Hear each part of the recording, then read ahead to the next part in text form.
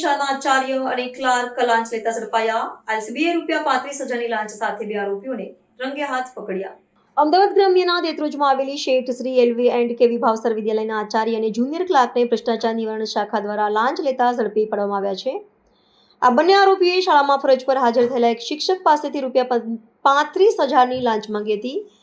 એસીબીના છટકા દરમિયાન લાંચ લેતી વખતે જ આ બંને રંગે હાથ પકડાઈ ગયા હતા। આ ઘટનાને પગલે શિક્ષણ જગતમાં ચકચાર મચી ગઈ છે। એસીબીના જણાવ્યા અનુસાર દેત્રોજની આ શાળાના આચાર્ય કમલેશ પટેલ અને જુનિયર ક્લાર્ક વિમલ પટેલે કાયમી થયેલા એક શિક્ષકને નોકરી પર હાજર થવાના વ્યવહાર પેટે લાંચની માંગણી કરી હતી। શિક્ષકે આ અંગે એસીબીનો સંપર્ક કરતા સમગ્ર મામલાનો પર્દાફાશ થયો હતો।